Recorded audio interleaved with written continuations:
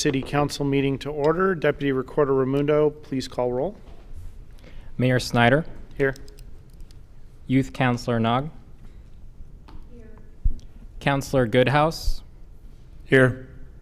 Councilor Newton. Here. Council President Lube. Here. And Councilor Shaw. Here. All right, I will ask everyone to join me in the Pledge of Allegiance, please.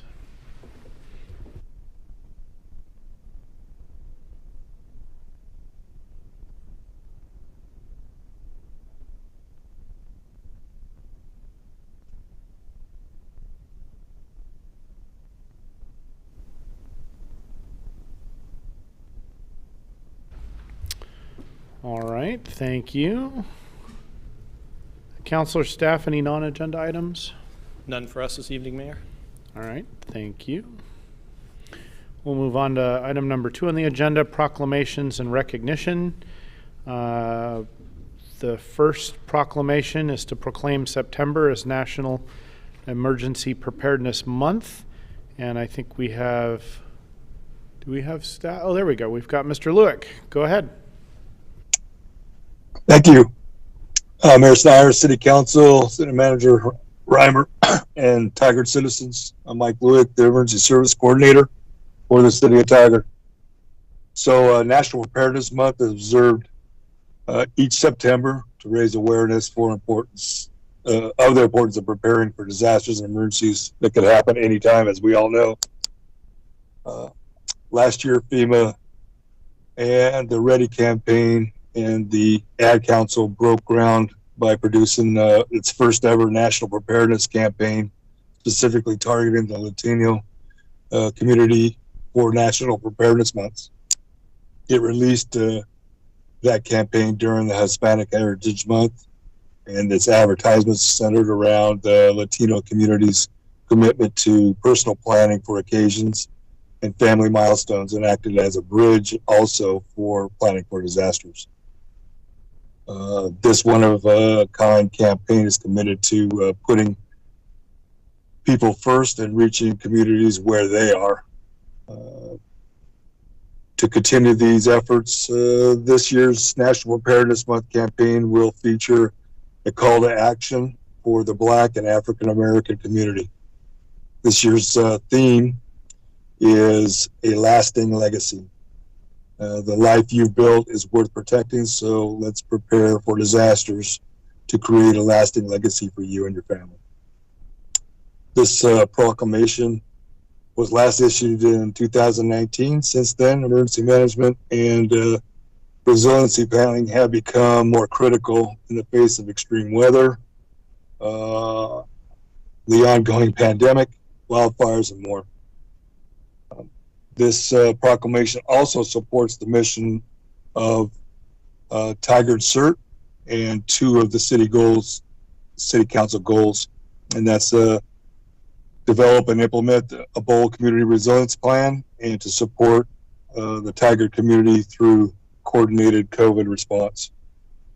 City teammates would like the city council to issue this proclamation in support of Tigard CERT members who partner with the city to make emergency preparedness an important part of community planning. Subject to your questions, Council and Mayor. Thank you, Mr. Lewick. I don't know that there will be questions, but is there a motion?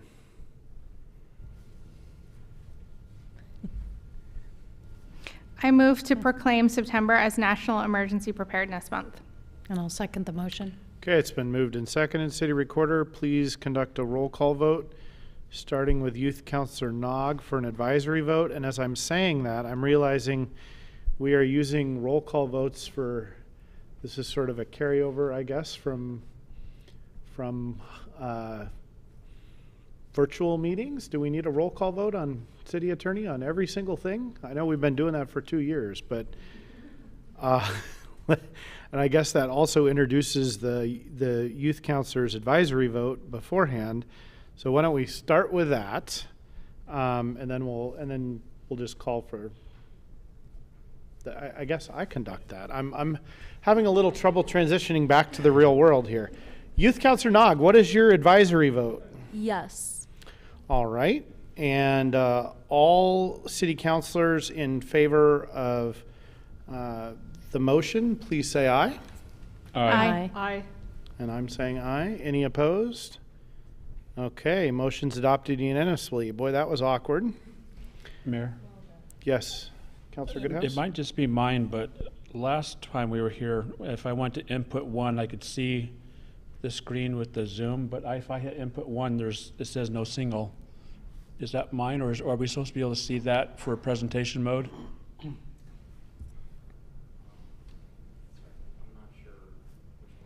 Because there was input 1 as presentation, 2 is for the computer, and 3 has nothing, but 2 weeks ago I was able to be on the input 1 for presentation and see that on. Oh, it wasn't, okay. All right, do we have that resolved? Yeah, there was an input or something on the backside. Okay. All right, so we will move on to, thank you, Mr. Lewick, appreciate it. And we're going to move on to item 2B on the agenda, which is to proclaim September 17th through 23rd as Constitution Week. And I will just briefly introduce this and share that on September 17th, 2022, that will mark the 235th anniversary of the drafting of the Constitution. Is there any discussion or a motion? Make a motion. Sure, Councilor Shaw. I move to approve the proclamation. I'll second that. All right, it's been moved and seconded. Youth Councilor Nog, your advisory vote? Yes. All in favor of approving the proclamation, please say aye. Aye. Aye. Any opposed? All right, we are proclaiming Constitution Week. Thank you.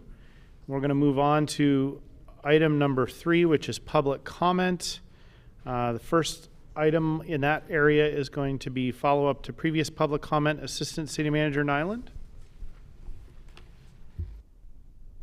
Good evening, Mr. Mayor. At the August 9th council meeting, we did not receive any written comments. We did have 3 callers who spoke about the benefits of a specific property and our urban agriculture code discussion. We did reach out to each one of the callers, informing them about next steps around our code and regulations. I believe there's an open house being held on this topic on September 20th, and we had no participants via video. So at tonight's meeting, you were presented with 2 proclamations recognizing an event or items to highlight. I'd like to take a moment to present another event worth mentioning as a fun fact. Did you know the month of August is dedicated to the Clear the Shelters initiative? So what is Clear the Shelters, you ask? Clear the Shelters is a nationwide pet adoption initiative that brings shelters, rescue groups, and adopters together to find loving homes for pets in need. Hundreds of animal organizations participate across the country. So 2022 marks the 8th year for this initiative, and every dog and cat, kitten and puppy, and other companion animals adopted during August will add to the over 700,000 pets who have been adopted since the annual adoption drive began in 2015. On that note, I'd like to introduce our new addition. This is Rosie. Hi, Rosie. She's the newest member of our pack. She joins Fitzgerald and Billy Bean, all rescue dogs. And that is our report for this evening. Thank you. Good job, Thank you, Rosie. you and Rosie. And with that, we'll move on to public comment that is written.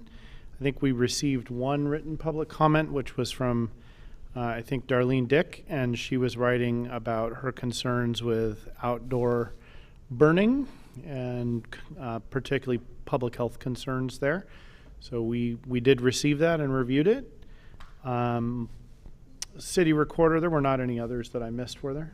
That was the only one. Okay, thank you. And we'll move on to in-person public comment, and I think we have 1 individual signed up, Sean Murphy. Would you like to come on up? State your name for the record and try to keep your comments to 3 minutes if you're able to. Thank you. Sean, can you actually hit the button so the light turns green? There we go. Thank you. So I'm Sean Murphy. I've been a Tigard resident for the last 7 years and previously 5 years before that, so I have a total of 12 years combined residency for Tigard.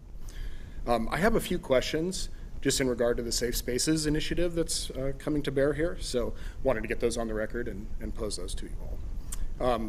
First of all, I wanted to understand by what criteria determines a quote-unquote Tigard unhoused resident, and how will we be prioritizing occupation in these spaces for individuals who may be Tigard unhoused residents or otherwise? Number two, what kind of root cause analysis has been done around understanding the Tigard homeless population, and what are the findings there? Number three, changing of some city ordinances, that was a suggestion that may be done, could entail some ad hoc encampments coming up. And so I was curious, what kind of controls are in place to maintain how, where, and how long these encampments may remain in place. In alignment with that, my fourth question was, what kind of safeguards will be put in place for the potential for increased unwanted activity in these areas that may impact Tigard residents? So want to make sure that the safety and the security of Tigard residents is being addressed and thought through. And number five, do we have a matrix or at least a good understanding of the number of faith-based or nonprofit organizations in the area, the services they provide, and the capacity to provide those services, so that they may, provide assistance in this initiative? And if those providers are kind of deemed inadequate, what are we doing to provide additional funding or assistance in these measures? So. Over the last 7 years or so, we've watched Portland spend $286 million on fighting the homeless crisis in their area, and we've watched the homeless population double, which has been a sad and ongoing battle. So I just want to make sure that we're addressing this from Tigard's point of view in a sane and practical manner.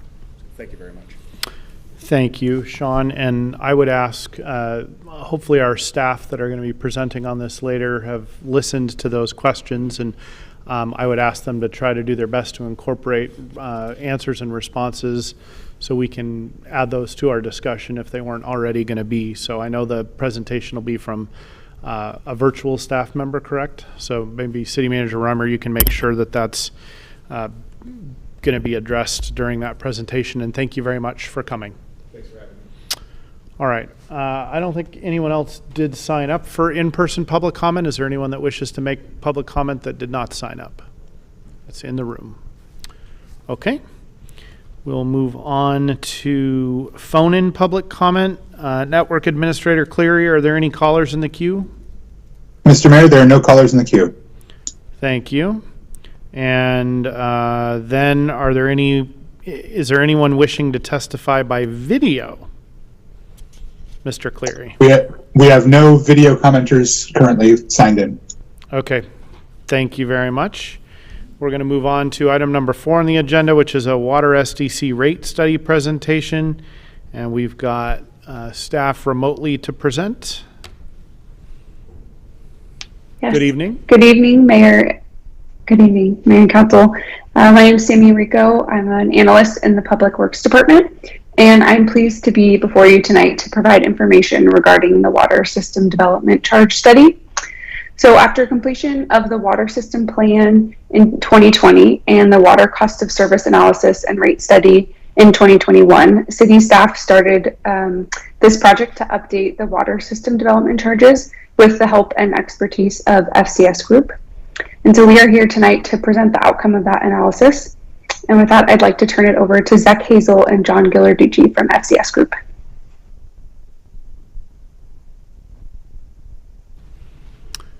You are muted, sir.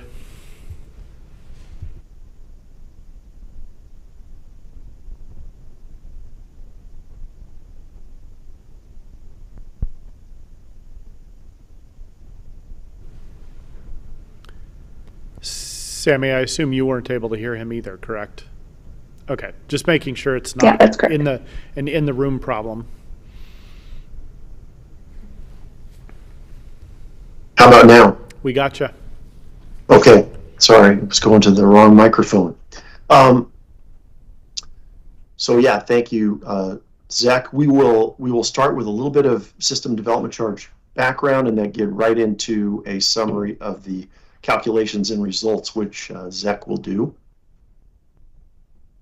So as most of you are familiar, system development charges are the one-time fees paid at the time of development by new development, in some cases redevelopment.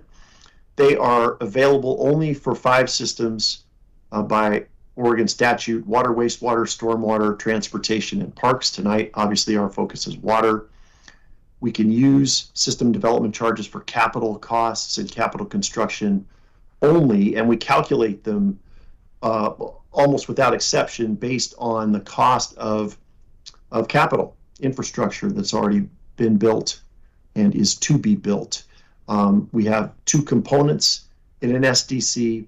One, the buy-in to existing infrastructure that's available for growth, and the second component based on the growth-related capacity increasing costs of planned future projects. And the last thing about SDCs is they're intended to represent a share of system facilities, the big stuff, not the meter in the case of water. It's the share of storage and transmission and distribution. So we follow the law very carefully. ORS 223-297 through 3, actually it's through 316 now. There's a recent addition to the ORS statute which requires transparency and the posting of the SDCs on the website, which I believe the city already does. It also gives us a really good recipe for how to calculate a system development charge, what we have to consider, and basically gives us the rule book for that calculation and application of SDCs. The math is pretty straightforward. That buy-in to existing facilities is called the reimbursement fee, and that is calculated by isolating the cost of unused capacity in the existing system that's available for future users to access. We divide that by the growth that it will serve, and that gives us our reimbursement fee. The other component is called the improvement fee, and that's the one that's based on the list of planned future projects. So we go through that list and I identify the growth-related portion of each project, the sum total of those costs, again, divided by the growth that they will serve, gives us our improvement fee, and together they're intended to equal the cost of capacity for a new connecting customer. Some of it's already been built, and some of it is yet to be built in the way of the future facilities. So this is a snapshot of the city's existing water SDCs. You can see for the smallest, the 5/8 inch meter there, 10,853 would apply under the current structure. The city has very few customers at those larger meter sizes. By far, most of the current customer base is at 1 inch and below. So Zach will take us through the calculations now. All right, thank you, John. Okay, so starting at the top here, this is a full summary of the rest of the calculations. I'm going to walk you through all the pieces in a moment here. But just as a summary level, you can see that the total cost basis, the combined total of improvement and reimbursement fees, is $90.2 million.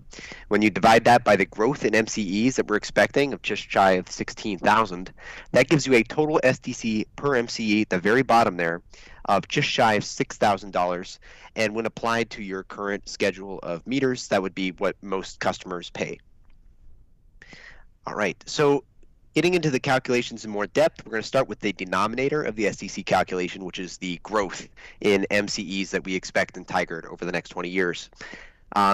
When scaled by maximum daily demand in terms of water demand, we expect the MCEs to get up to 57,000 by 2040. That's a growth of 15,872 MCEs, and that is the denominator of the SDC calculation. Here you can see a summary of the improvement fee cost basis, which forms the improvement fee when divided by the denominator I just mentioned. So What this shows you is a list of the projects that are going to be built for the water system, with a list of their total costs there. That comes out to be 162 million. And then in the next column there, eligibility percentage, you see the amount that is allocable to growth. And you can see that this ranges from 0 to 100% for certain projects. The multiple of the cost and the percentage gives you the eligible cost on the far right there, which totals to be just shy of 70 million. So that's the improvement fee, and here's a summary of the reimbursement fee. This reimbursement fee calculation is divided up by the functions that the water system provides for supply, storage, pumping, transmission, and distribution. So we have a variety of original costs related to assets in each of those categories that you see in the top row. That works out to be 164 million. We have some outside funding in the form of grants or developer contributions, and we have to remove that from the reimbursement fee calculation to make sure we're only including what the city actually itself paid for in the reimbursement fee. You see that in the second row, and that totals to be just shy of 9 million. And then in the third row, we have some outstanding debt related to the supply function mostly, and we need to remove that from the reimbursement fee calculation to make sure that we're not double charging new customers on their utility rate bill for the debt that they'll be paying off, and then also in the SDCs. So we remove the outstanding debt so that we're only charging them once for that portion of the assets. And so we can see there the total original cost eligible for reimbursement is 121 million.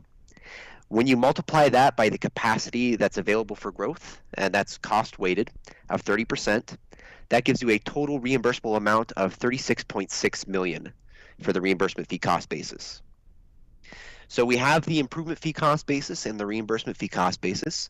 We just need to make one small adjustment to the improvement fee cost basis. As of December 31st, there was about 16 million in remaining improvement fee fund balance. Because that has already been collected and is intended to be spent on projects in the water system, we are not going to double charge for any of those projects, and so we're going to make sure to remove that from the cost basis. So the improvement fee cost basis with that adjustment works out to be 53.6 million. And here you can see the full picture of the calculated SDC now that I've walked you through all of those pieces. The improvement fee again is 53.6. The reimbursement fee cost basis is 36.6. That's a total cost basis of 90.2 million. Divided by the growth in MCEs, you can see the list of the various components of the SDC below. So the SDC in terms of improvement and reimbursement fees is $5,689. When you add in a small fee for the cost of compliance with the SDC law of $284, that gives you the total SDC of $5,973 per MCE. And here you can see that applied to your current schedule of MCEs. So on the far right is the calculated full SDC that starts at $5,973 for the 5/8 inch meter. And in the rare cases that you're adding an 8-inch meter, that can get up to $477,853. And I'll hand it back over to John to talk about some comparisons. I guess I'll pause for just a minute because that is a reduction from the current charges, in case there are any questions or clarifications needed. Yeah, Council President Loop. Yeah, I mean, I guess it's especially on that side, it's a significant adjustment, almost in half. And I'm wondering why that is. Have we been significantly overcharging our new development for a while? If we could get some background, that would be really helpful. Yeah, John, do you want me to take that one? Yeah, in fact, we anticipated that question, so Zach did a little bit of research to identify the cause there. Yeah, so relatively speaking, compared to your 2010 SDC calculation, you are building less, fewer of your projects are related to capacity needs when you talk about the project list relative to 2010. So that would be the big part on the improvement fee. Also on the reimbursement fee side, while the cost basis hasn't changed much, we are anticipating more growth now than we were in 2010 in the last SDC calculation. So you're dividing that capacity over a larger cost basis or a larger customer base. So on both ends, the improvement fee and the reimbursement fee, those two factors kind of bring the total SDC down. The the eligible cost portion of that reimbursement fee, also, I think there's less unused capacity in the existing system than was identified in that previous study. So each one of the different variables, both numerators are smaller, although the reimbursement fee numerator is quite a bit smaller, and the denominator in expected growth is larger than it was in the previous calculation. I think there's important context here too. If you think back to 2010, we had barely started basic work on the Lake Oswego Tigard Water Partnership. There were a lot of, that project ended up on budget, but there were a lot of sort of unknown costs that were estimated, and I'm certain that was all on the project list at the time, because that's how we thought we were going to get water. But this is pretty interesting. Sorry, keep going. I just want to give that historical context too. No, that's appreciated. I have a follow-up question. Just what's the standard practice for evaluating SDCs? Because if the last time we did it was 2010, I mean, that was 12 years ago. Is it common practice to do it more frequently? I think that's written in statute as well, but I'm sure the staff can tell us for sure. There, and Sam, if you don't mind, I'll go ahead. There's nothing in the law that tells us how often updates should be done, and so it's not uncommon to go some time between full updates, and often what the city does. I mean, the statute does allow for indexing of the charges with inflation, and so most cities will index the charges and then not do full updates until till something changes. There might be a new master plan.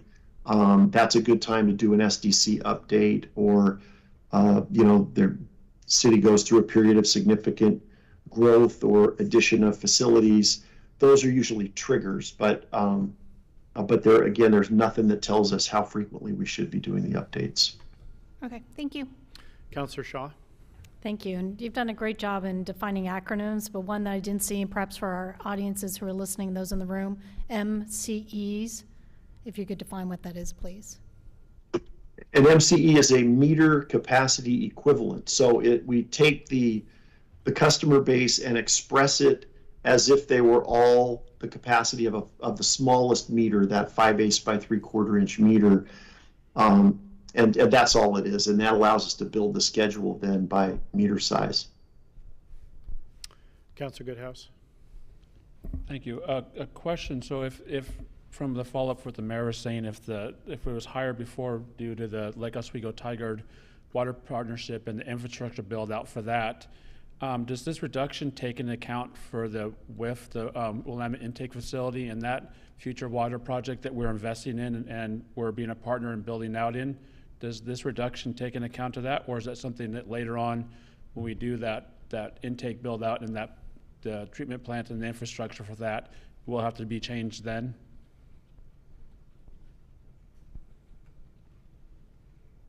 That's one that I can't speak to. Yeah. I mean, the project list is in our presentation, right? For the improvement fee cost basis? That's correct.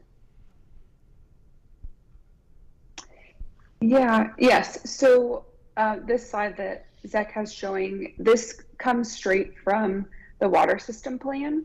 And so I don't believe that the WIF is included in the most recent water system plan that was adopted in 2020. So I anticipate that perhaps those costs would be in a future system update. And it's worth mentioning about like the frequency in which doing these studies that John Goodrich had a couple of years ago, I think, presented sort of the utility business strategy of this sort of like systematic best practice of doing rate studies, and the system plans are a good trigger for that, that once the system plan is complete, then we have the most current updates to be able to do those, the water rate study and this SDC study. And so in Public Works, we're committed to try and keep that same schedule of routinely reviewing our rates from some of those triggers, such as the water system plan. I think part of the answer too, though, is about the timing of when that project is estimated to be needed, right? I mean, that's what drives, because this analysis is over a certain time horizon. It might be helpful to clarify that in relation to when the Willamette intake facility is scheduled to be needed by our city. Well, we're already investing in it though too, and I guess, well, just to add to the question is, I also don't want to see us do a big reduction and then turn around and say that we didn't calculate that, and then have to turn around and jump back up if that's not factored in, or what that horizon is. Do we need to maybe step down half the amount or take that consideration? So The methodology, I think, is required. The way it's done is very specific, but I'm sure the team can answer that more detailed. Yeah, I would agree with that unless you were to take steps to change the project list and add that to the project list, which you could do, assuming there's a cost estimate available, then I don't think you have a choice to go forward with a what would basically be a charge that wasn't supported by the methodology if it was higher than the calculated result. Right. Can our staff comment on when that, timing-wise, is scheduled to be needed right now, and why it's perhaps not in the plan in the time frame that this is covering?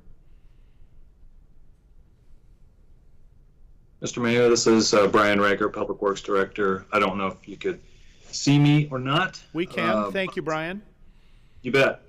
The answer is that any investment or any construction connecting to the Willamette system will come pretty far in the future. What is pretty far? Back when John Goodrich did some forecasting, I think we were looking at around 2040, 2045, something like that.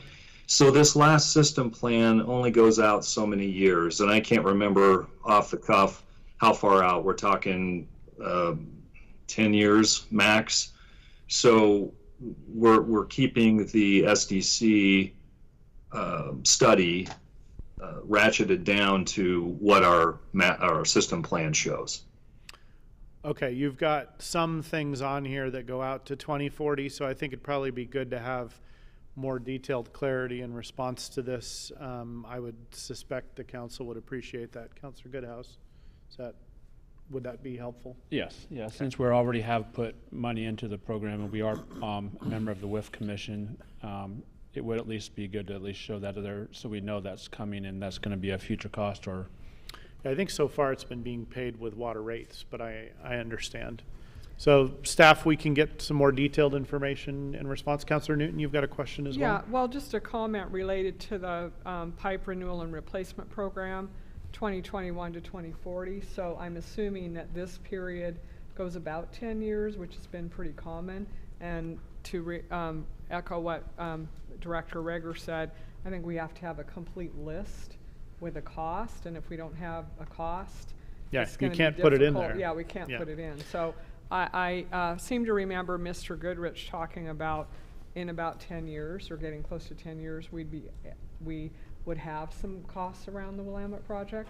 So that was my memory, and Mr. Reger can correct me if I'm wrong, but I think that's why the Willamette projects aren't here. We don't have costs yet. Well, and Councilor Goodhouse, just to connect a little bit of the dots there too, is that in 10 years, even if that needs to be paid for, if a lot of this stuff is already done, the rate may stay the same, go down, or go up. Like it's impossible to sort of assess what that's going to be, what's going to be happening related to the WIF that far out, because other things change in the plan. Does that make sense? Yeah. Staff, do you and/or consultants, do you want to add anything to that, or do you have further presentation as well? Just a couple more slides, yes. Okay. I'll caution against putting too much weight on comparisons because everybody's systems and needs are different, but it seems to always be of interest what SDCs are around you. So here's a set of comparable system development charges as they would apply to a single family residence, both current and proposed. So where we are in the process then, there is the law provides for a notice period of 90 days before a public hearing and before a council can vote on an updated methodology. So we are in the midst of that 90-day notice period. October 25th was the date identified as the public hearing. The draft report has to be available for the last 60 days of that 90-day period. So that last 60 days would start on Friday. If there are to be any changes to the methodology and results, either they would need to get in an updated report by Friday, or you might need to push out that public hearing. I think, well, I don't know. I think we can certainly investigate. I don't know if it will result in any changes or not, but just to give you that heads up. Yeah, what I've heard so far, I think, are a number of questions that we want to understand the answers to. I don't know that that's going to necessitate a change per se, but I guess it could, depending on what the answers are. Yes, sir. Okay. All right, and I think that's the end of our prepared material.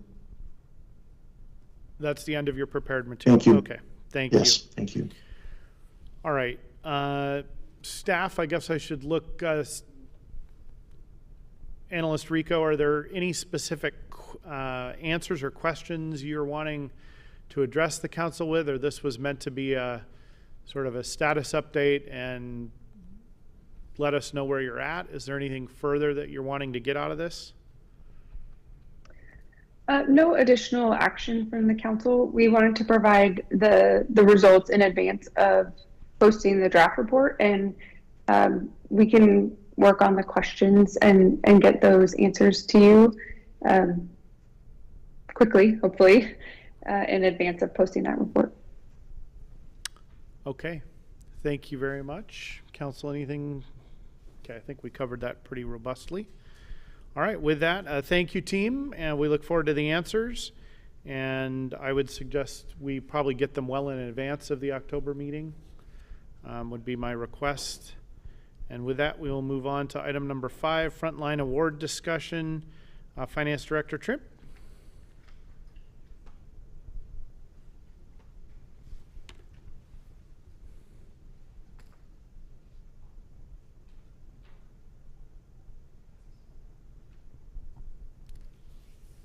Good evening. Good evening, Mayor Snyder, members of the council, Cindy Trimp, Finance Director. It's nice to see you all in person. Yeah. And not a little block. It's my honor here tonight to present this resolution for your consideration. This resolution is for usage of the ARPA funds to provide a one-time monetary appreciation to our police officers, library, public works, field workers, and other eligible Tiger teammates who served our community during a time of many unknowns. Our teammates provided critical essential work, additional support, and had the greatest health risks by being required to work directly with the public and on site. Tiger leadership spent several hours, and when I say several hours on this project. We wanted to assure that the criteria of this frontline recognition met and is compliant with the Treasury's Department usage of ARPA funds. And speaking with we spoke with neighboring cities about their approach and what they did, and we discussed this appreciation with the union leadership. We appreciate the ability to show our gratitude to our dedicated frontline workers who provided a steady service during a time of great uncertainty. Thank you, and we're available if you have any questions. All right, I know that this has been a subject of a lot of discussion and questions. I think that the staff have sort of briefed us on. So are there further questions? Council President Lube?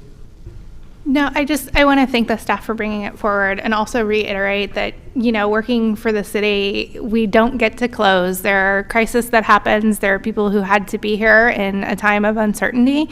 And I just hope that they feel that our gratitude and recognition that they had to be here physically when a lot of us were able to stay at home in the safety of our homes. So just a heartfelt thank you to everyone on Team Tigard.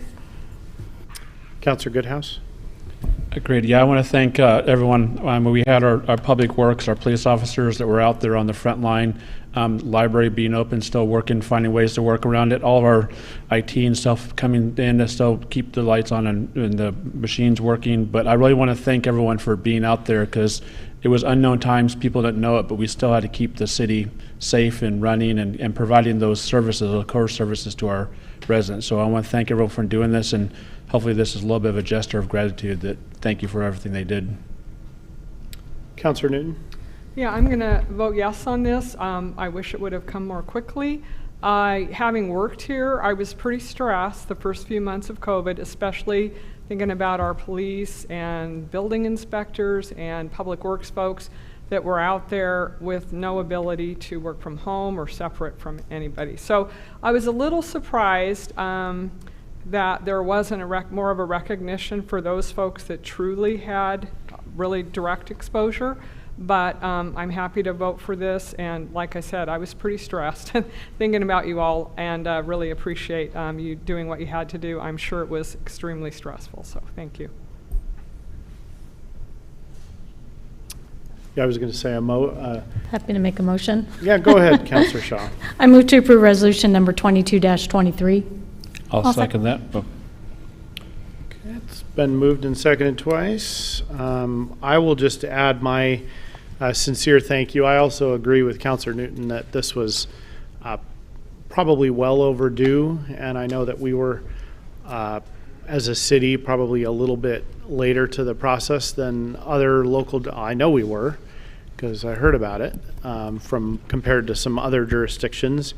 But I appreciate the leadership team working through all the process that needed to be to make it happen. So, city recorder, do we need a roll call vote on this, or city attorney, or can this just by the nature of it? Right, so a roll call vote is only needed for ordinances. Okay, so we don't need one for a resolution. Youth Councilor Nog, would you, I'm sorry, city recorder, please read the number and title of the resolution. Resolution number 22-23, a resolution of the City of Tigard providing a frontline recognition award for employees required to work directly with and around the public. All right, and Youth Councilor Nog, your advisory vote? Yes. All right, and all members of the council in favor, please say aye. Aye. Aye. Any opposed? Okay, resolution number 22-23 is adopted unanimously. Thank you. All right, with that, we'll move on to a briefing on safe spaces. And Senior Planner Warren, you are presenting remotely, correct? That is correct, Mr. Mayor. And my slideshow up here. With our first hybrid reading here, hopefully that's showing up correctly. Good evening, Mayor Snyder and councilors. My name is Skylar Warren, Senior Planner with the Department of Community Development.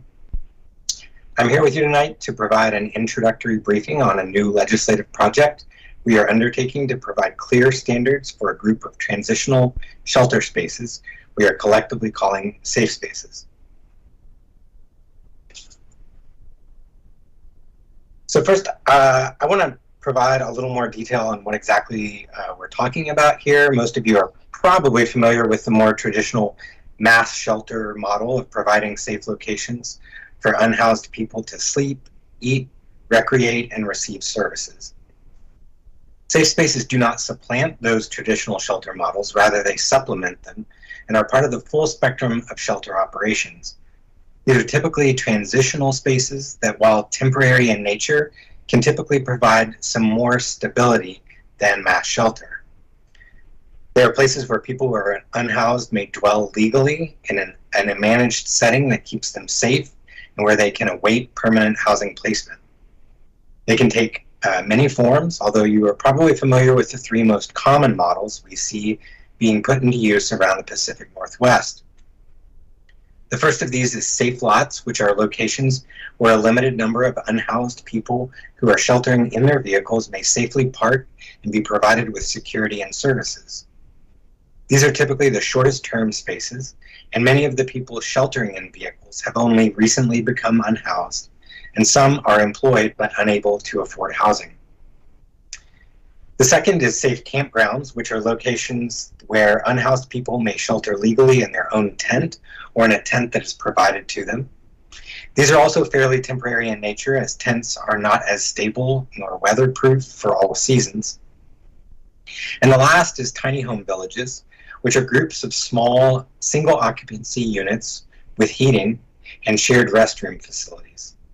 Some of these are prefabricated units and others are built on site.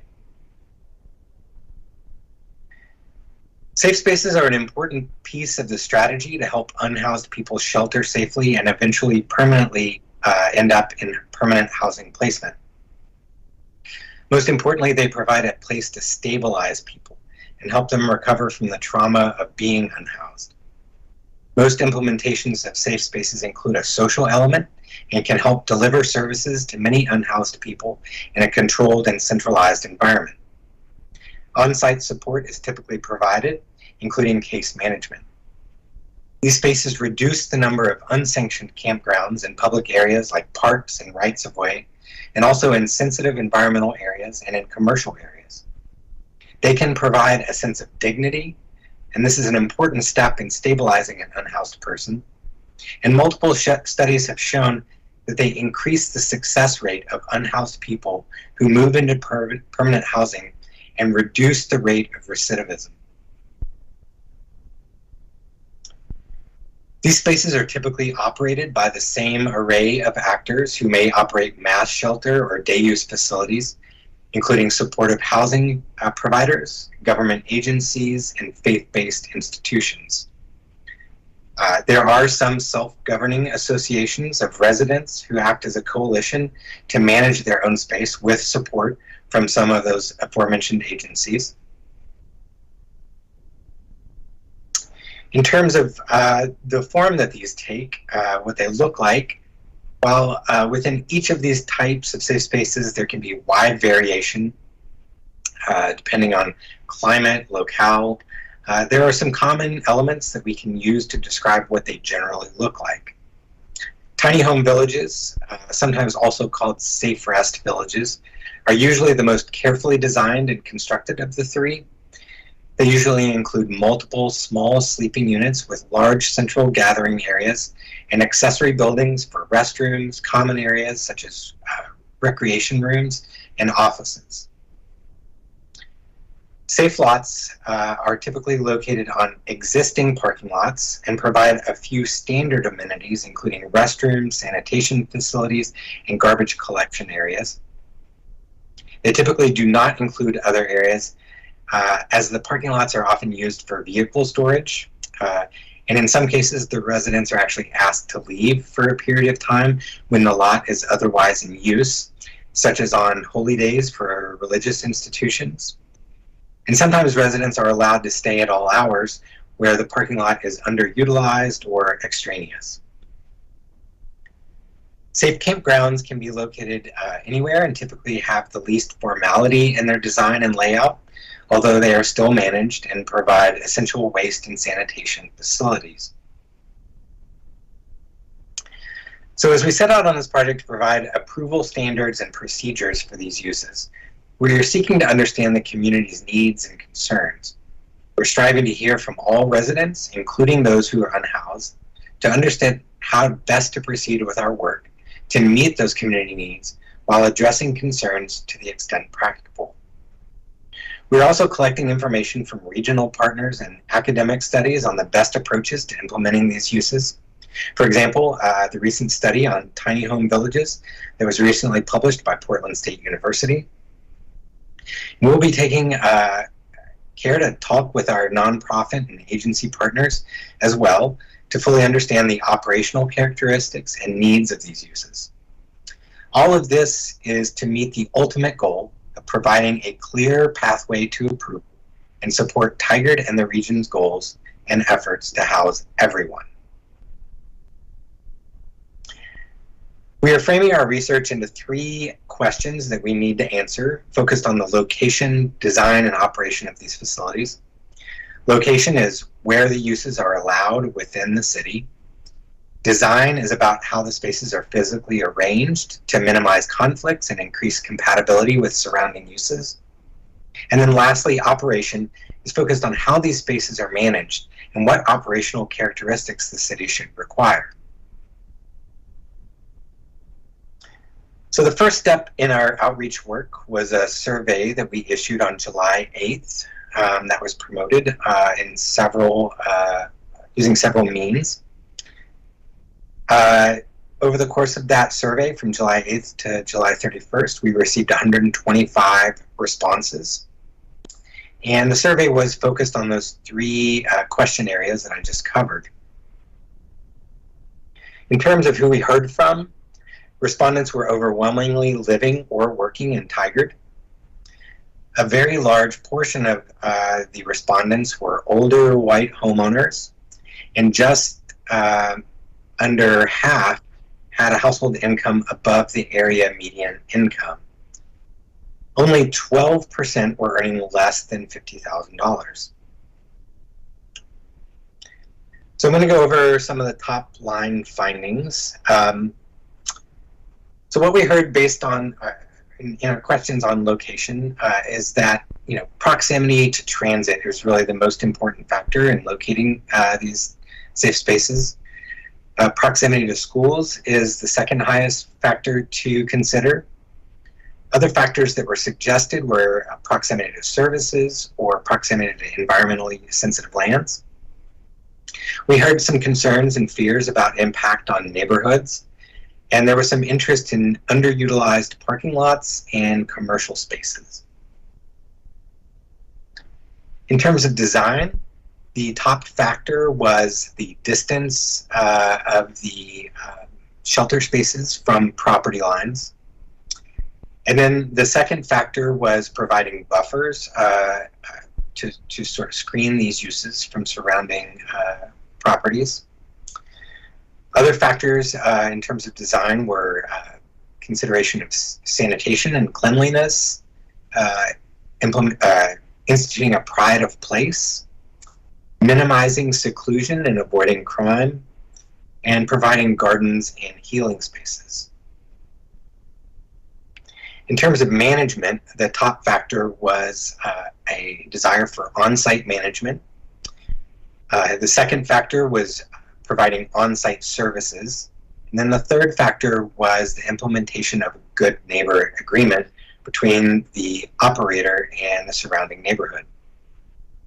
Other factors for management that were suggested were a zero tolerance policy for drug use, safety, and a self-governance structure for the safe space.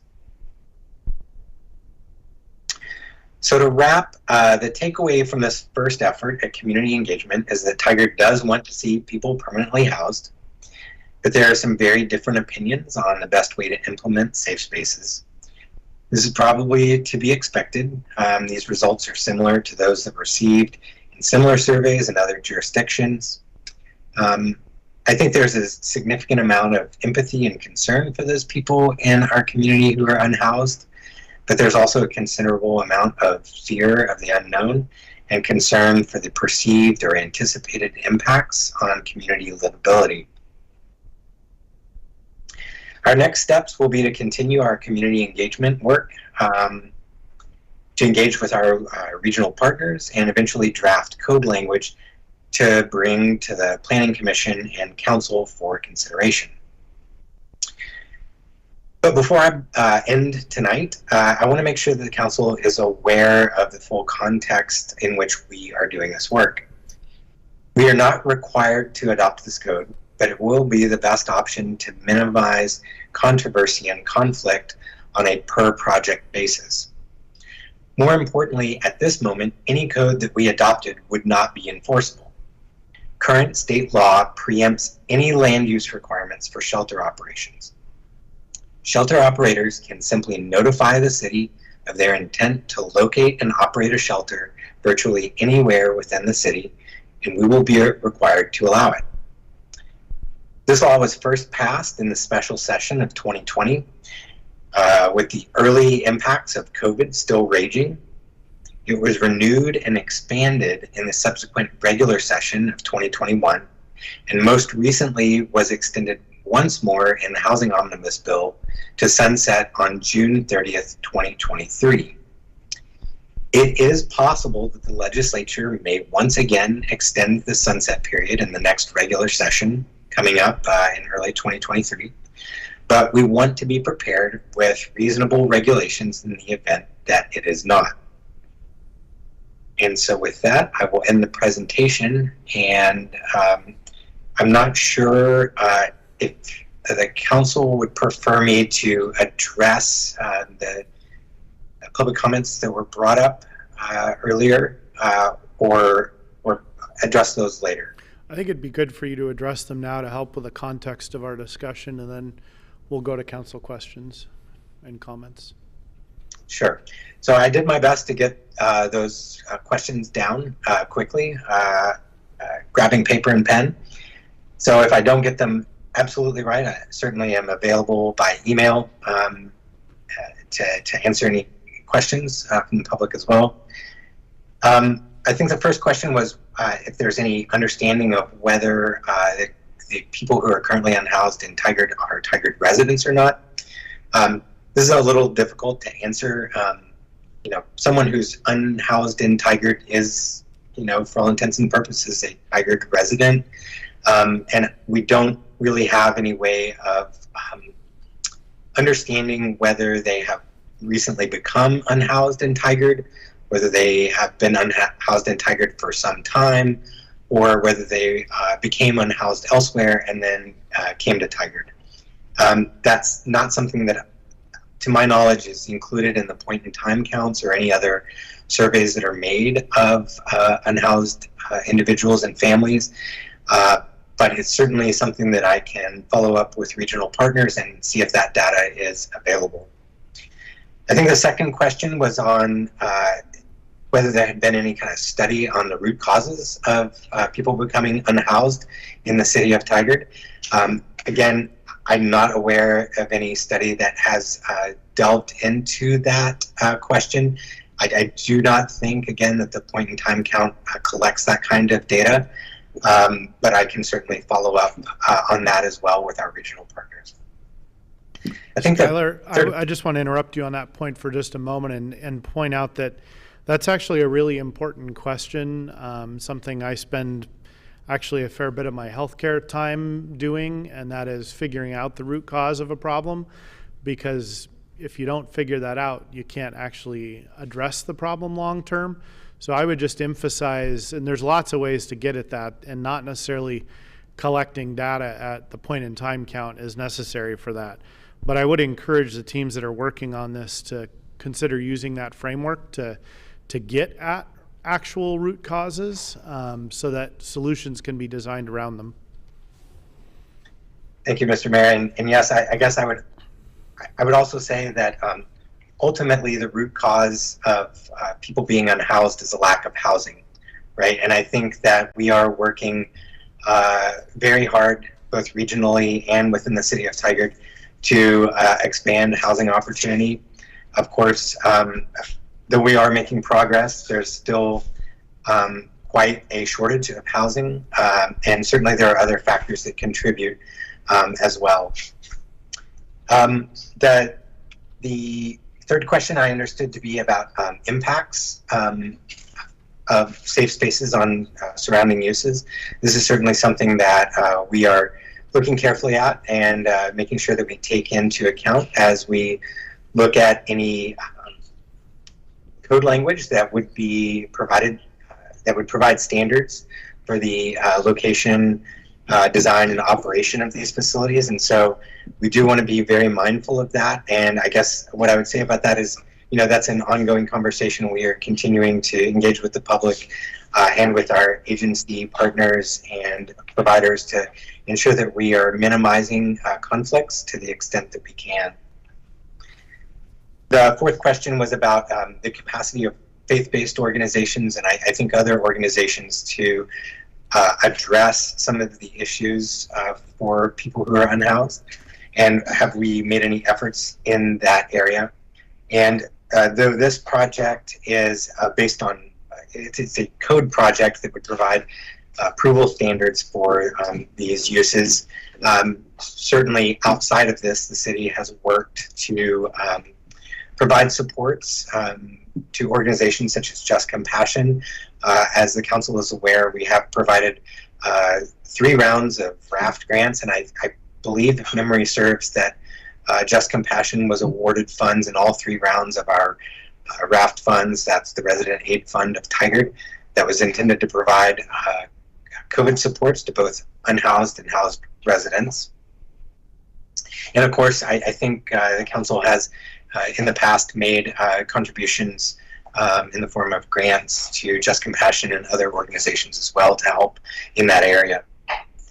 And then the last question was, I think, what will be different in our approach than Portland's approach? And my understanding is that there was a concern that Portland had spent a considerable amount of money and that the problem has been only perceived to have grown. And I think that is the case really anywhere. It's not just in Tigard or Portland or even in the metro region or the state of Oregon. I think we're seeing this same trend happening nationwide. And I guess what I would offer as a point of hope is that Portland area voters have approved 2 precedent-setting measures to address both the critical shortage of affordable housing, and that one was in 2018, and then to address the incredible need of our unhoused residents, and that was the supportive housing services measure that was passed by voters in 2020. And we are just now starting to see both the housing units from the affordable housing bond come online. The viewfinder is one of those units in the Tigard Triangle. The senior housing alongside project that will be breaking ground, of course, or has broken ground and will come online sometime next year. So similarly with the supportive housing services measure, we're just starting to see some of those the impacts of that funding, which was first distributed July 1st of 2021. And some of the program rollout is just really starting to happen. And I believe the council should expect to receive an update from Washington County on that in the coming months. So in terms of what's different in Tigard's approach, certainly, again, this is a code project, and I am not totally qualified to speak about the breadth of the work that we're doing, but I will point out that, of course, this is goal 1 for the council, to address the needs of our unhoused residents and to reduce the impacts across the city of people being unhoused. And so there's a number of things that we, as a city teammates, are taking on, and that council is, going to be considering in the coming months. Most recently, the hiring of a coordinator in this area. So, I think certainly it might be better left for others to answer this question, but I did want to just touch on some of those investments that we are making in terms of money and capacity, both in Tigard and region-wide. All right, thank you for those robust answers. I know that created new questions probably in your mind, but you've got the latest that we have. So, counselors, questions, comments? Youth Councilor Nog. My main question was, would these locations be permanently established in the neighborhoods in the city of Tigard? The answer is that they can be, or they may not be. Under the state preemption that is currently in place, they could be located and operate permanently, and they are allowed to continue as non-conforming uses. Those are uses that may not be allowed under a current code, but were allowed under a previous code. They would be allowed to continue as non-conforming uses indefinitely. Under our code, we have a choice of whether we would want to allow them on a temporary basis or on a permanent basis. And there may be instances where either approach might be preferable, or we might want to offer, leave that up to the discretion of the operator to determine whether these can be operated permanently or temporarily. Councillor Shaw. Thank you so much, Senior Planner Warren. In the presentation, it does say placeholder slides, survey results to be added prior to this meeting, so just want to point that out. If they could be added, that'd be terrific.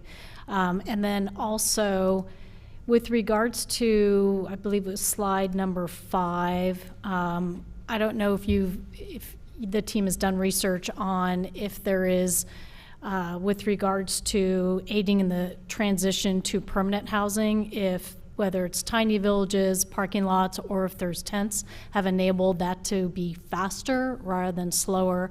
And then also, in what step does CHART, in which I sit on, would this, because again, I'm sorry, I couldn't see the slides, but would this be going to CHART so we can also discuss the survey results and then review the presentation that was given tonight? Thank you. Absolutely, great questions. The answer to the first is that yes, there are studies that suggest that, well, not suggest, that provide data that tells us that people who participate in these transitional safe spaces prior to being placed in permanent housing do end up being more successful in their placement. And that's what I understand is that these are a trauma-informed approach, and in recognition of the fact that people who have been unhoused, especially for long periods of time, they have a lot of traumas that need to be dealt with, and it's difficult in some instances to move directly into a permanent housing situation where suddenly you have responsibilities and bills, and you have to, do the dishes or deal with neighbors. That can be kind of daunting, and these do result in greater success rates. I don't have data on whether that they result in quicker placements at hand, but I certainly can investigate that further and get back to you on that. The second question about whether CHART would be the next step, certainly. We have been talking in our Goal 1 team about bringing this briefing to CHART and including them as our next step in community involvement. And certainly we want to have the input from that group. And I should also point out, we really want to work to also make sure that we are including people who are unhoused, because these spaces will be places that are intended to be for the benefit and operate for them. And so we want to understand what their needs and concerns are as well. All right, Councillor Goodhouse. Yeah, a couple questions and a comment too. I guess one thing would be a time frame of how long these would be here, or if there'd be a time frame of how long someone could stay there, or after a certain time period they establish residency at some of these. And it sounded like from your presentation that they could either be monitored or governed, or kind of be on their own. And a concern would be is there's a lot of money and programs for the unhoused, and to take advantage of some of the programs that are in place and some of the services that would coincide with that. I know that Family Promise at Tualatin Valley just got a letter of recommendation from the city staff to work on Project Turnkey, which would be money towards getting a building like a hotel or something like that, where you could have people staying there, and then you'd have the programs that would help people go through and either work on if there's mental health, if there's job blockages basically to get a job, or help with kids if maybe the problem is that they become unhoused because they couldn't afford daycare. And so I'd like to see some more of those projects like that, where we have our nonprofits already working on projects and money that they're trying to get a facility, as opposed to maybe if we, especially in the Northwest where there's a lot of rain, weather inclement, where if we have something where there's a park lot of tents or tiny homes, maybe it's not the ideal situation. But I'd like to see us partner with these nonprofits that can really have someone that's trained and assigned for those, either for mental health or to give that assistance to them. Thank you, Councilor Goodhouse. Yes, the question of whether they're sort of permanent or temporary spaces is one that we can take on. And as I said before, the state law preempts us right now on these. So I mean, they can be located, as I said, virtually anywhere and operate in perpetuity. So when we adopt local standards, we can consider that. And then with the question of the operators, it is, we can adopt standards that require management. That would almost certainly be management provided by some sort of government agency or non-governmental agency, most likely non-governmental agency. And I should point out that the supportive housing services measure, that is the funds that are being managed by Washington County and actually by the other two counties as well, those funds are not directly spent by the county. They have a number of nonprofit partners, including faith-based organizations and others, who are implementing those programs. Family Promise of 12th and Valley, I believe, is one of those organizations that is pre-approved to operate shelter facilities or temporary shelters using supportive housing services funds. And so what we would expect is that a shelter operator would come to the city. They would say, we are interested in, we've procured this spot. We want to open the shelter there. Here's our proposal. And, then we would review it based on our local standards. And then their sort of their operation in regards to the supportive housing services measure would be governed by Washington County, and then we would govern it based on any standards that we had in our local code that might require, for instance, on-site services or management. Thank you. Council President Loop. Thank you. Have we had any organizations that have come to us wanting to set up these sort of safe lots in our community, especially since we've started, being more public about asking survey results and those sorts of things?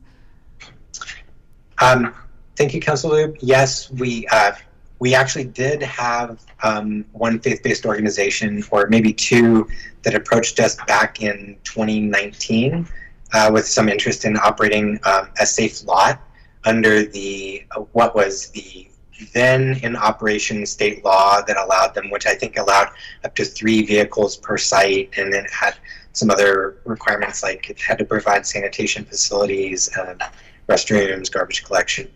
And I actually briefed council on that, on safe lots in, I think it was early 2020, and a couple months later, COVID hit, and it was only after the supportive housing services measure, and with that, the statewide preemption, which sort of made it a moot point to consider further what any local regulations would be, because they were allowed outright under state law.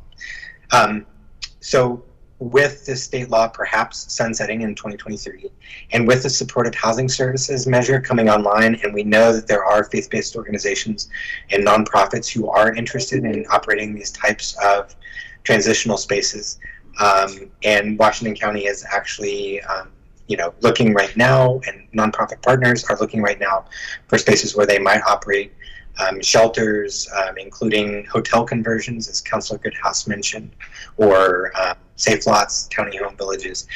We know that these are coming, and so we just want to be prepared with a process that is clear and provides both the city and the applicant and the community with the reassurance that we have standards in place, because we currently don't. Thank you. Councillor Newton. Thank you, Mr. Warren, for your presentation.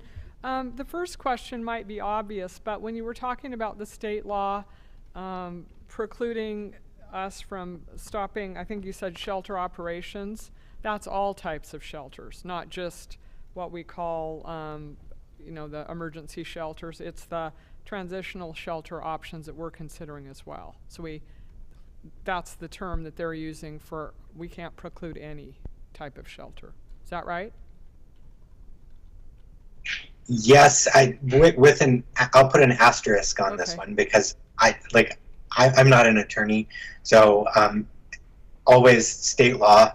Statute is what sometimes the courts interpret it as, but I believe the legislative intent and the wording of the bill does, it has a pretty broadly worded list of 8 or 9 different things that count as shelter operations.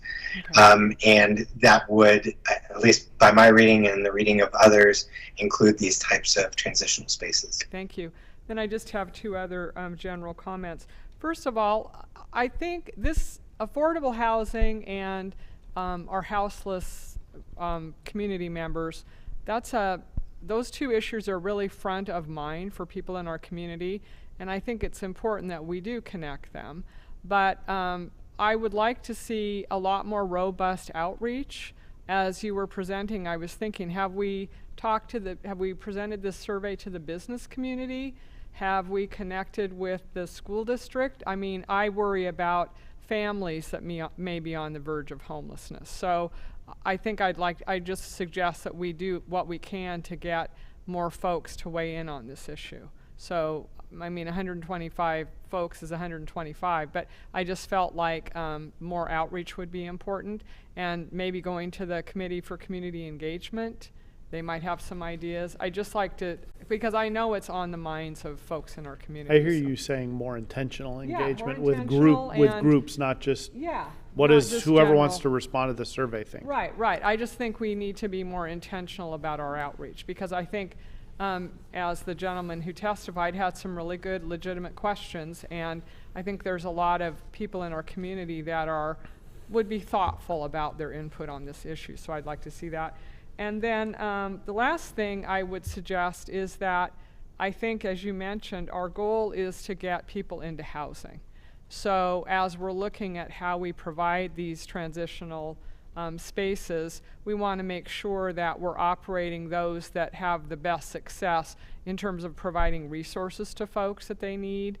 And you made the comment about really truly allowing them to make that transition from being unhoused to housing. So I think as we're looking at the code and we're writing the criteria, I think we need to keep in mind that the goal of this program and these facilities, whatever they are, is to help people be transitioned into housing, because everybody should be have a warm, dry place to sleep. So I do worry a little bit about tents here, unless they're waterproof, because other parts of the United States, tents are a better option than in Oregon in the winter. So thank you. All right, we're a bit over time. Anyone else have anything else to share, comments or questions? Mr. Warren, thank you very much for your presentation, and for our community member who brought many thoughtful things to the table today. I think that's helpful, and I hope that if you do want to connect with our senior planner who presented later, I'm sure he'd be open to that as well. So the staff at the back of the room can help you get in contact with him. Thank you very much, and we will move on to item number 7 on our agenda, which is a public hearing on addition of projects to attachment of the Metro Local Share IGA. And with that, I need to open a public hearing. Anyone that wishes to testify may do so by phone or in person or video call, and may call to get in the queue now. On the telephone, you would do that by calling 503-966-4101 or following the video instructions listed on the city website, or by filling out the sign-in sheet at the entrance, which I don't have. If there was one, normally that would be brought to me in olden times, like before COVID. Let's see, we will go to Mr. Gruen for staff report. Yeah, thank you, Mr. Mayor. Good evening, council members. I'm joined tonight by Shasta Billings-Beck, Senior Project Engineer and Project Manager for the Reservoir 18 project.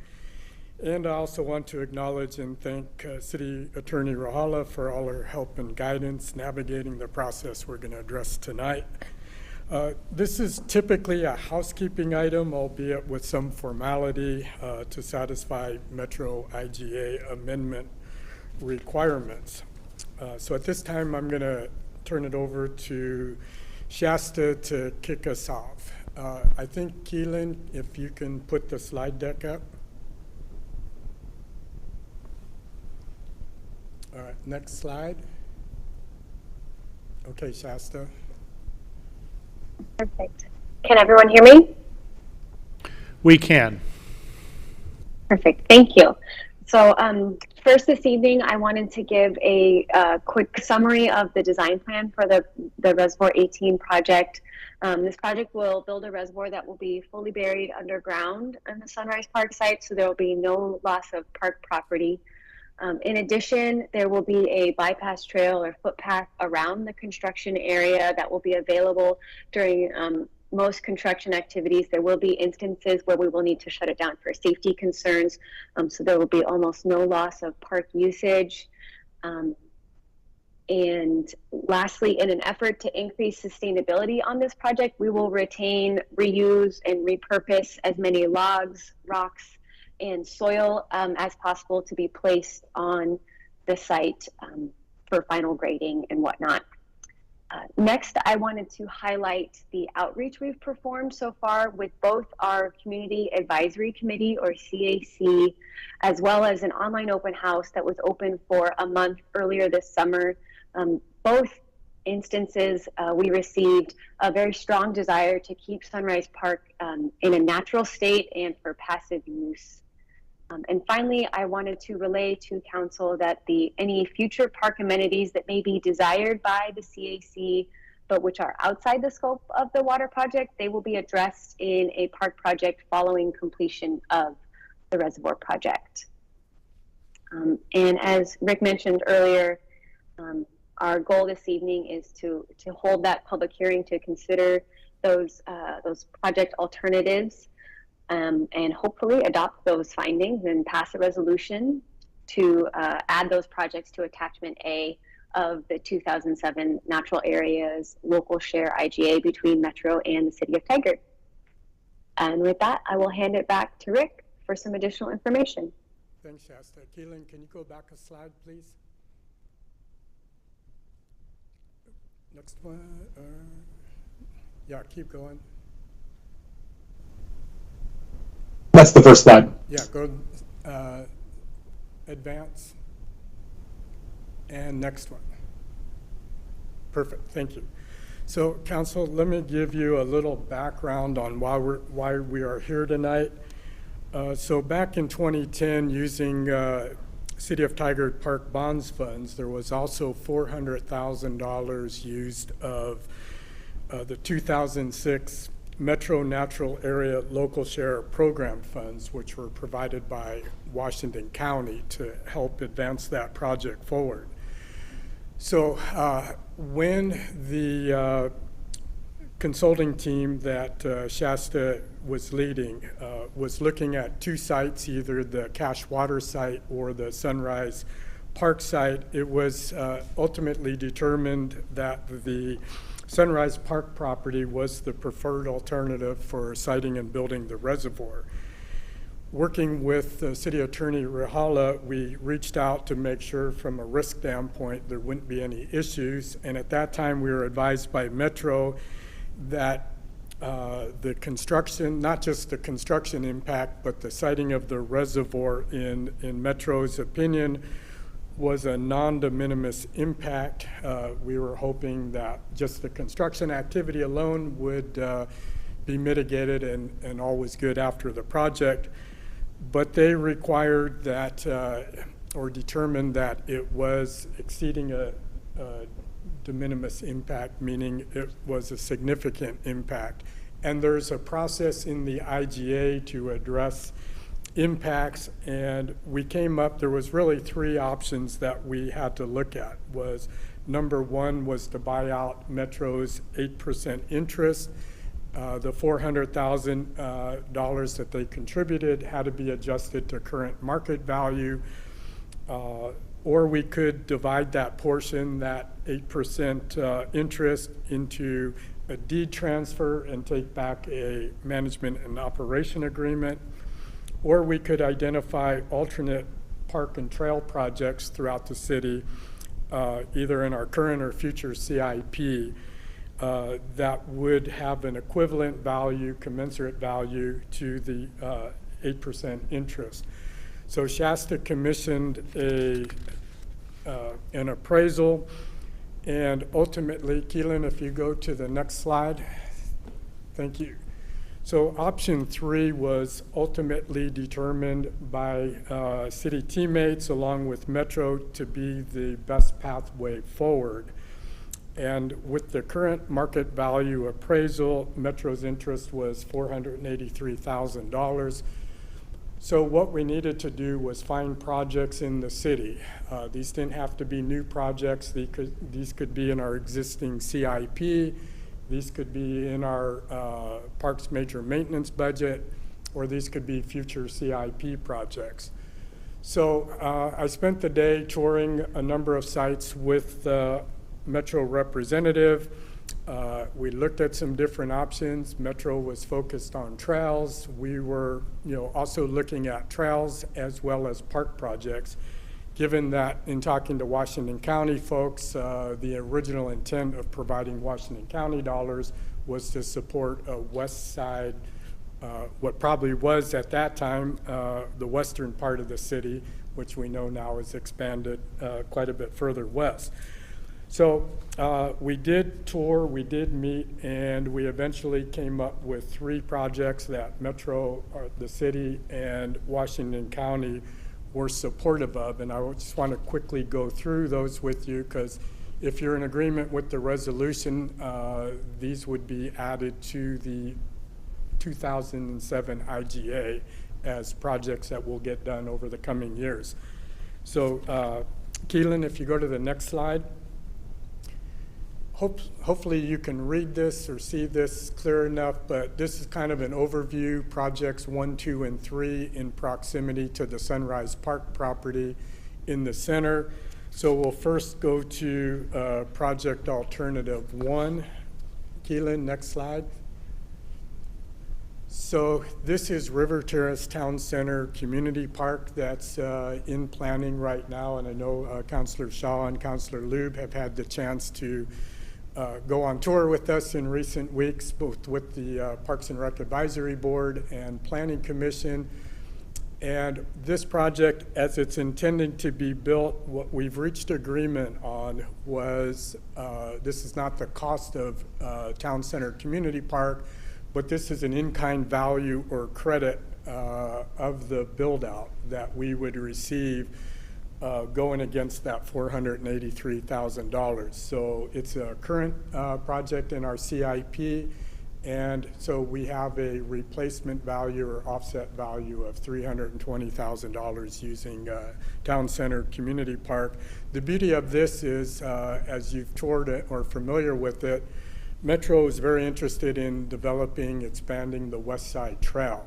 And this will be the major feature of this, besides the build out of the park amenities, is the trail connection from Roy Rogers Road to River Terrace Boulevard, which is part of the West Side Trail connection, in addition to the future park amenities that'll be coming online. Next slide, Keelan.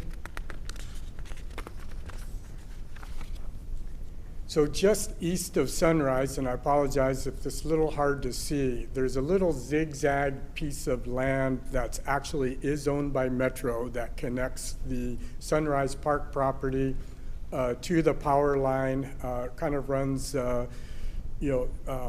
south to north and connects up with Mistletoe Drive. And there's about a 50-foot or so, it's a hard surface trail and asphalt trail, so folks in the community can access the power line, Ascension Trail, and so forth, but there's a gap in the trail. So there's about a 50-foot section where the asphalt stops and it turns to dirt and gravel before you get to Mistletoe. So we recommended that as part of our parks major maintenance budget, we would extend and finish out that hard surface trail to be complete. And then just to the east of that is the power line. And as you're all familiar with that area, there are some user-generated trails going under the power line. So in a future CIP, and we shared this with Metro, that the parks major maintenance and the trail we've got covered already. The town center community park we do, but if they desired to see some improvement of the power line trail, future power line, this would have to get added to a future CIP, so it's planned for the 28-29, or would get added to the 28-29 CIP, so we'll be working with our city engineer to get this included. If you go to the next slide, Keelan, please. So all of these projects are consistent with our recently adopted Parks and Recreation System Plan. It talks about public access to parks, trails, and natural areas. The fiscal impact to our park budget is very small. It's either already in and budgeted in our CIP, or offset by what the Sunrise Park or water project, the Reservoir 18 project, will build for the park system as part of the construction. As Shasta mentioned, when we're done with the Reservoir project, we'll have a series of internal trails that'll be developed. Excuse me, all the grading and shaping and earthwork that has to be will be, we have a landscape architect as part of the design build team. So they're already at work now figuring out how to take all those spoils and shape the land for future park use, and also create trail connections to east to the power line trails and Ascension trails, west to Cache Nature Site, Cache Water Site, and then down the down the hill through Menlore coming out on 154th. So we'll have this kind of network of trail system. I like to call it our own forest park in Tigard when it's all said and done. So either, again, what's important is that the impact to the budget is small, either by existing CIP or offset work that Parks doesn't have to pay for that the water project would provide. Excuse me. And so at this point, staff recommends adoption of the findings and the resolution before you to add these three projects to attachment A of the 2007 Natural Areas Local Share IGA between Metro and the City of Tigard. And it's important, we're not amending the IGA itself, but there's procedures in place to add these additional projects to that. So it'll show up in this as an attachment to that old IGA as these three future projects that will get done. Any questions, Council, Mr. Mayor? Well, you used a new term to me, at least, user-generated trail. Is that the equivalent of a human game trail? Is that what you're referring to? Like someone made a trail where one didn't exist? Yeah, we see quite a bit of that. And yeah. They're very ingenious, creative, great engineering behind them. So as long as they're not disruptive, they're generally supported. So I want to remind the council that we are in a public hearing, so you need to keep your current focus on just questions about Mr. Gruen's report. So any questions? Councillor Goodhouse. I guess maybe I'm still not kind of wrapping my head around. So, I mean, either the option was to buy out Metro's interest or do projects that we're doing already. So I'm trying to figure out the trade there, where either you pay someone X amount of dollars or you do what you're going to do anyways, and they say, oh, we're not going to forgive that money and we have to pay you, which seems, I guess I'm not tracking it where, Well, and maybe I'm missing something, but I mean, why would they give up the money and say, well, you're doing something already, Because just they're do okay it? with us doing something else that meets the same or similar objectives. I mean, if you think about it in the form of a credit, through private development, we had that system development discussion earlier tonight, and the same is true with parks. We're not receiving that money. We're giving credit, to the developer for building the parks. So it's a credit we're receiving for the investment we're making in park infrastructure. So Metro, they weren't looking, like the mayor had said, they're not looking for the money back. They're just making sure that the projects that support Metro's interests, parks, trails, natural areas, and open space are consistent with the city's same goals of developing access, equity for parks, trails, open space, and natural areas. And I don't, is there anything you need to add to that statement? Okay. And it looks Wanna like make sure I'm it explaining looks it like your correctly. other presenter may have something Shasta? to. Oh, no, No. Okay. I Sorry. agree with Rick's explanation. So it's really recognition of credit for work to be done, because these funds have already been expended, and So in a sense, they're saying that you could pay us but then not do those projects or hinder future projects. So we'd rather see you continue your projects rather than spend money coming back to us that then we would just put back and have trails or projects done. So correct. I think that's a good way to explain that. All right, any other questions? Otherwise, I want to move us on. We'll move on to public testimony. City Recorder, I don't believe we received any written comments. Is that correct? Correct. We haven't received any other written public comments. All right, City Recorder Krager, is there anyone signed up on the sheet? Okay, thank you. No one signed up in person. Mr. Cleary, is there any caller in the phone queue or anyone in the video testimony queue? Mr. Mayor, there are no callers nor anybody in the video queue. All right, thank you. I take it you don't have any response to testimony then, Mr. Grunt? No, sir. With that, I will close the public hearing. And council consideration of resolution number 22-24. Council President Lube. Oh, I just wanted to say these are great projects to swap it out with. So thank you for finding some great projects. And with that, I move to approve resolution number 22-24. Mr. Mayor, I did have a quick comment, sorry. Okay, I'm let's way get a down here. second, hopefully, and then we can continue our I'll discussion. second the motion. Okay, it's been moved and seconded. Councilor Newton. Yeah, really quickly, I had approached the team about concerns that I'm hearing from the community about inaction on some Sunrise Park. So people are a little worried that it's getting overlooked. So I'm happy to hear that with the reservoir there will be some improvements, but I've heard from several people over the last 6 months that it seems like other parts of the city are getting more attention and they're a little nervous that Sunrise continues to not get developed. So I'll look forward to seeing what we do as we move in the future to plan for that improvement. So thanks. I just wanted to pass that on. Thank you. Okay, any further discussion? All right, City Recorder, read the number and title of the resolution, please.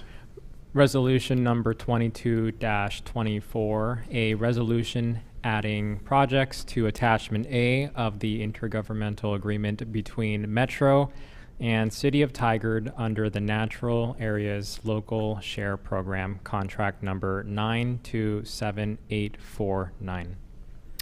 All right, Youth Councilor Nog, advisory vote? Yes. All right, and all members of the council in favor of the motion, please say aye. Aye. Aye. Any opposed? All right, resolution number 22-24 24 is adopted unanimously. And we have no non-agenda items. City Manager Reimer, administrative report. Absolutely. Well, good evening, Mayor, Council, members of the team that are here, as well as members of the community. Just a quick update, knowing you have an executive session to get into.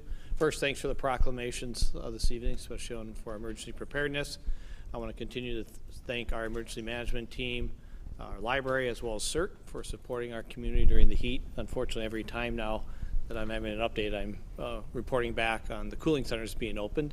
But we continue with that, and I just want to say thanks to all of them for their efforts, and always going out of their way, for example, with the library team recently bringing popsicles in during the midday and stuff, just to make sure people are comfortable and cool. So thank you to all of them. Also, thank you to Youth Councilor Nog for bringing forward a question about the TriMet passes that were available this summer. We've had nearly 50 teens have received TriMet passes now through the library, and that allows them to have free rides on the buses, streetcars, Max, and West. So thanks for bringing it forward, and thanks to the team for jumping on that and making that available to our community. Just a couple other things from our Economic Development, or ECDev team. A couple different meetings coming up this Thursday, 4 o'clock. Our team will be hosting a networking meeting with Professional Business Development Group to help emerging entrepreneurs in our community. This is going to be held at Cooper Mountain Aleworks, so thanks to them for hosting it. This is a second in our 4-part business support program to support entrepreneurs, especially women and our BIPOC community. So thank you to our ECDev teammates. And then next Wednesday morning, so the 31st, we'll be hosting our monthly meet and greet for new businesses. So if any council members are interested, that'll be at 8:30 next Wednesday, the 31st, at Primo on Hall Boulevard, as you know. And so far we've had 17 new businesses recently registered with the city who have been invited to join us. So if you're interested, please do that. And just a quick note on River Terrace. This is River Terrace 1.0, so not the 2.0 that we've been talking about. The team gave me some information. To date, we either have built, in progress, or planning for 13 developments of over 2,500 units, over 45 acres of parks. About a third of those are neighborhood parks. The other 2/3 are community parks. And so as we've talked about, the community is growing. This is just an example of the things that are happening at River Terrace. I thought it'd be important for you in the community to recognize all the different work that's happening there. And with that, that concludes my report. Thank you. Thank you, City Manager Reimer. At this time, the Tigard City Council will enter into executive session to discuss the performance-related review of a public officer or employee under ORS 192.660 subsection 2I. All discussions are confidential, and those present may disclose nothing from the session. No executive session may be held for the purpose of taking any final action or making any final decision. The City Council will adjourn after the executive session. Good night, Tigard.